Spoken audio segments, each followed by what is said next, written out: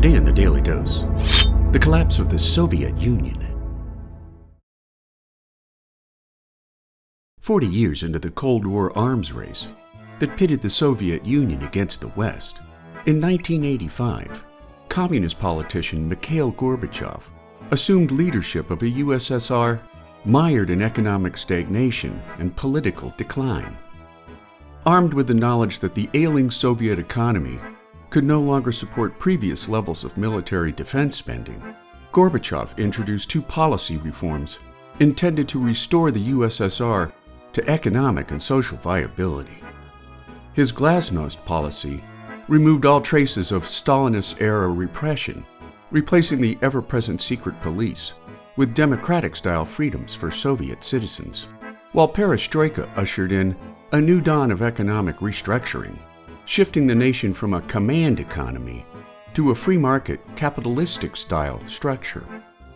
Behind me stands a wall that encircles the free sectors of this city, part of a vast system of barriers that divides the entire continent of Europe. General Secretary Gorbachev, if you seek peace, if you seek prosperity for the Soviet Union and Eastern Europe, if you seek liberalization, come here to this gate. Mr. Gorbachev, open this gate.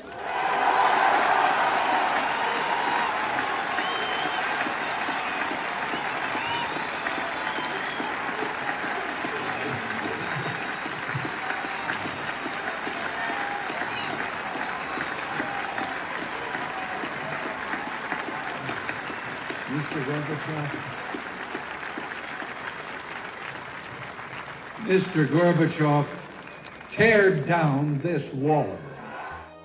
After President Ronald Reagan called the USSR the evil empire, Gorbachev further sought to improve relationships with the West, at the same time announcing troop withdrawals from Afghanistan while reducing Soviet military presence in the Warsaw Pact nations of Eastern Europe. When Gorbachev's reforms failed to bring measurable change, by 1989, the 15 satellite republics that made up the USSR began to break away from the collapsing Soviet Union. Poland tipped first, followed by the November fall of the Berlin Wall. That same month, Czechoslovakian citizens overthrew their nation's communist government in the Velvet Revolution, followed by firing squad executions of Romania's communist dictator Nicolae Ceausescu and his wife Alina. One by one, the Balkan states declared their independence from Moscow. During an attempted August 18, 1991 coup d'etat, Russian government and military leaders placed Gorbachev under house arrest, and when tanks rolled onto Moscow streets in an attempt to seize control, they were met by human chains of citizens who attempted to protect Russian parliament from a military takeover, including parliamentary chairman Boris Yeltsin, who courageously stood atop a tank to rally the surrounding crowds. The attempted coup fizzled out 3 days later, leading to the fall of the Soviet Union on Christmas Day 1991, when Gorbachev formally resigned as president. That night, the Russian flag was removed from the Kremlin for one last time, bringing the Soviet Union and the Cold War to an unceremonious end after 46 years of proxy wars, distrust, and high anxiety. And there you have it, the collapse of the USSR, today in the Daily Dose.